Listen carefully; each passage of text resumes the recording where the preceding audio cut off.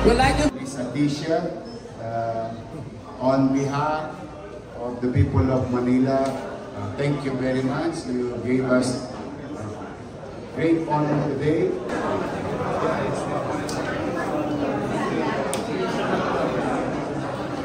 Heto na, Miss Universe Atisa Manalo, napasugod ngayon dito sa Manila City Hall.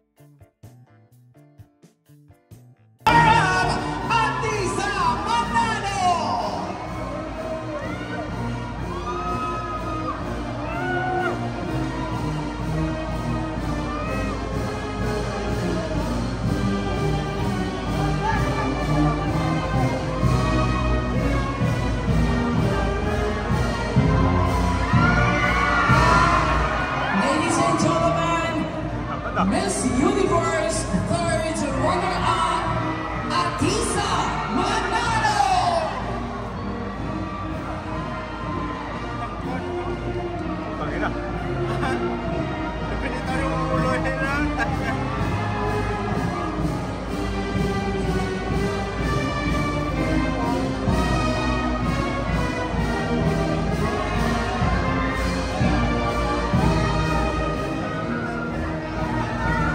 We also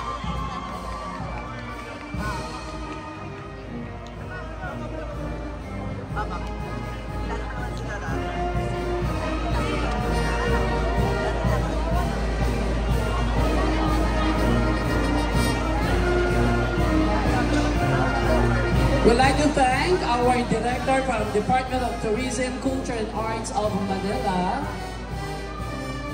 sa pagsalubong ko sa ating Miss Universe third runner-up, Atisa Manalo. Also, we would like to thank Miss Universe Philippines Vice President for Global and National Search, Miss Mags Coe. Miss Universe Philippines Vice President for Marketing, Mr. Mario Garcia.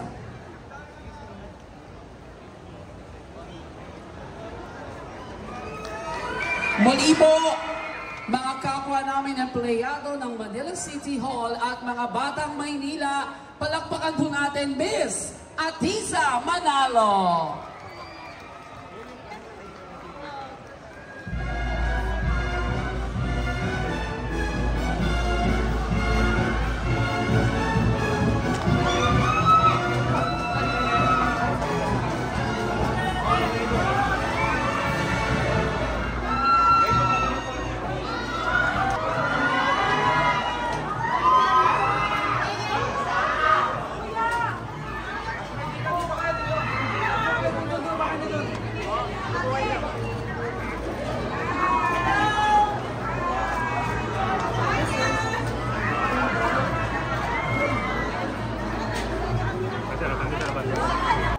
And of course, our Honorable Mayor Francisco Escobar de Mendoza.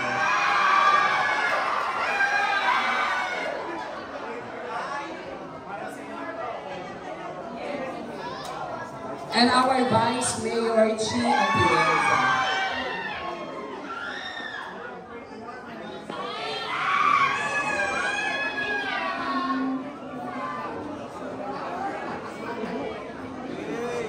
Well, again, Miss Atisha, on behalf of the people of Manila, thank you very much. You gave us great honor today and so much pride for the country.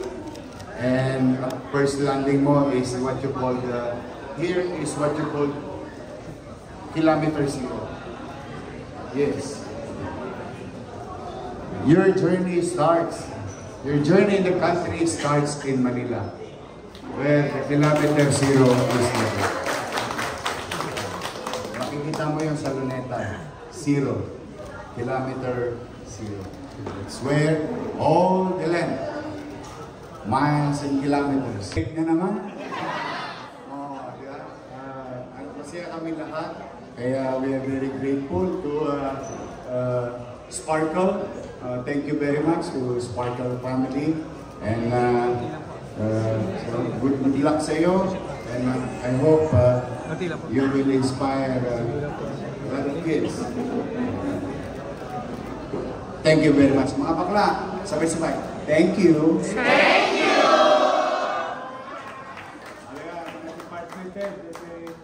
Picture na tayo.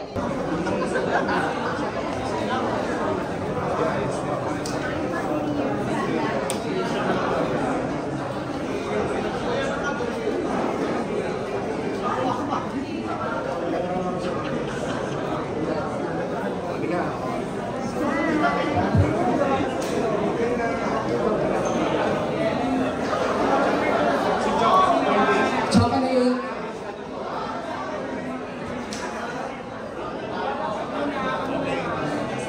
Thank you.